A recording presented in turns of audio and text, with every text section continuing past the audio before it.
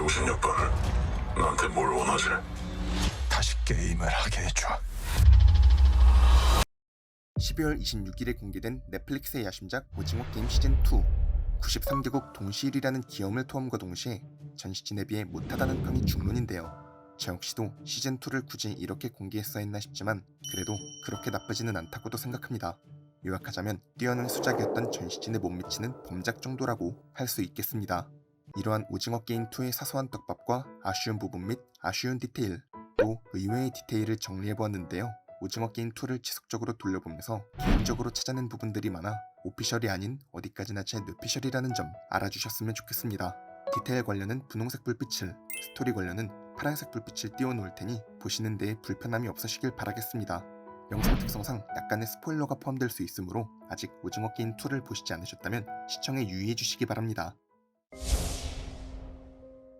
기훈이 모텔에서 잠을 자던 도중 꾼 꿈에서 상우와 새벽에 잘린 머리를 들고 자신을 찾아온 프론트맨을 만나게 됩니다.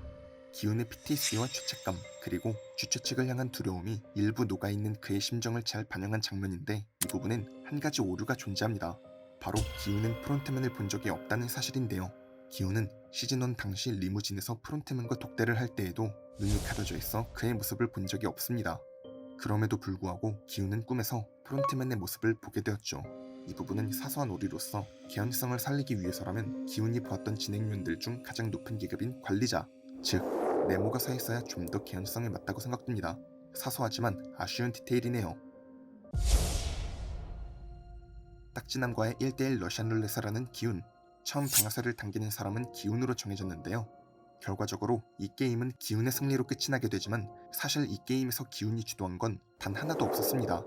이 러시안 룰렛에서의 주도권은 하나부터 10까지 전부 딱지남이 주도하였는데 가장 먼저 룰의 정립부터 시작해서 총알의 장전, 그리고 처음 시작할 사람을 정하는 것 전부 딱지남이 정했고 기훈은 그저 이를 묵묵히 받아들이기만 했단 겁니다. 즉 기훈은 시즌1 오징어 게임과 동일하게 본인이 주도한 것들은 하나도 없이 오로지 타인의 의지에 따르며 게임을 진행하였고 그 결과 전부 본인의 승리였다는 전작의 기훈의 운이 아직 다하지 않았다는 것을 보여주는 훌륭한 연출이라고 생각됩니다. 프론트맨이 게임의 위장 참가를 위해 본인을 대신해 진행요원들의 지휘를 맡긴 부대장이 이번 시즌에 등장하게 됩니다. 그런데 이 부대장, 프론트맨에 대항한다는 떡밥을 조금씩 뿌리고 있는데요. 우선 사소한 것부터 확인하자면 부대장은 다른 사람도 아닌 1번, 즉 프론트맨의 사진을 계속 밟고 서 있습니다. 전 시즌 프론트맨이 특정인의 사진 위에 서 있지 않았다는 것과는 대조되는 모습이죠. 또 노엘과의 대화에서 대장, 즉 프론트맨을 신경 쓰는 모습을 보여주는데 대장한테 발각될까봐?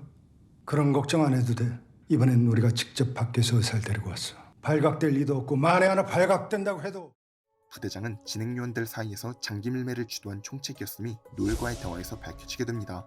이미 전 시즌 평등이란 규칙을 위반한 진행요원들이 처형된 상태에서 그가 살아남았다는 것은 그가 용서받았음이 아닌 단순히 발각되지 않았기에 살아남았다고 볼 수 있습니다.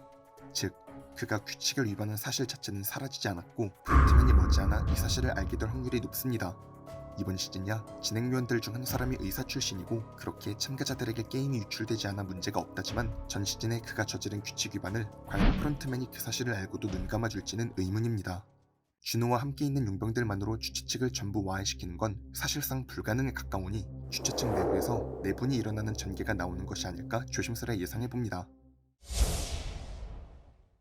프론트맨은 본인의 정체를 숨기고 기훈에게 접근하였고 기훈은 이를 눈치채지 못하는 모습을 보여줍니다. 하지만 프론트맨은 자신도 모르게 실수를 몇 번 하게 되는데 대표적으로 작품에도 등장한 기훈의 이름을 호명한 것이 있죠. 여기선 어떻게 잘 둘러댔을지 몰라도 사소한 실수들이 기훈의 의심을 충분히 샀을 수도 있는데 대표적으로 마지막화 반란 사건 때 그 실수 중 하나가 드러납니다. 굉장히 큰 실수이므로 여러분께서 직접 한번 보시고 맞춰보시는 시간을 갖도록 하겠습니다. 아까 고마웠습니다. 나가면 소주 한 잔 사세요. 보셨나요? 프론트맨은 병정들에게서 탈취한 MP5에서 능숙히 탄창을 빼내고 장전까지 하는 모습을 보여줍니다. 이 부분이 뭐가 이상하냐고 할 수 있지만 반란에 가담한 참가자들 중 프론트맨을 제외하고 이 총에 대해 잘 아는 사람은 특전사 중사 출신 현주밖에 없었습니다. 전직이 특전사 출신인 현주는 이 총에 대해 잘 알고 있기에 다른 사람들에게 탄창을 교환하는 법부터 장전 손잡이의 위치까지 알려주게 되죠. 즉 일반적으로는 볼 일이 없는 이 총에 대해 능숙히 잘 알고 있는 모습을 본인도 모르게 기훈에게 보였다는 것인데, 워낙 상황이 급박했던지라 기훈 역시도 눈치채지 못했지만 이는 엄밀히 따지면 굉장히 의심스러운 모습이죠. 이 총을 잘 알고 있다는 뜻이니까요.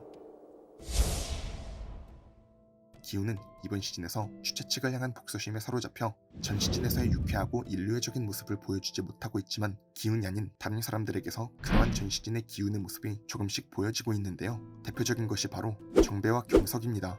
정배는 전 시즌 유쾌한 기훈의 모습을, 경석은 인류애적인 모습과 아픈 가족을 위해 게임에 참가했던 동기를 똑같이 이어받았습니다. 그러나 중에 기훈의 유쾌함을 상징하는 정배가 프론트맨에게 처형당한 것은 단순히 주인공의 믿음직한 친구가 죽었다는 것을 넘어 더 이상 기훈은 유쾌한 모습으로 돌아올 수 없다는, 혹여나 복수를 끝냈다 하더라도 영영 이전처럼 유쾌한 모습으로는 돌아올 수 없다는 의미가 담겨 있다고 보입니다. 이렇게 주관적인 해석과 여러 떡밥 및 디테일 정리들을 해보았습니다.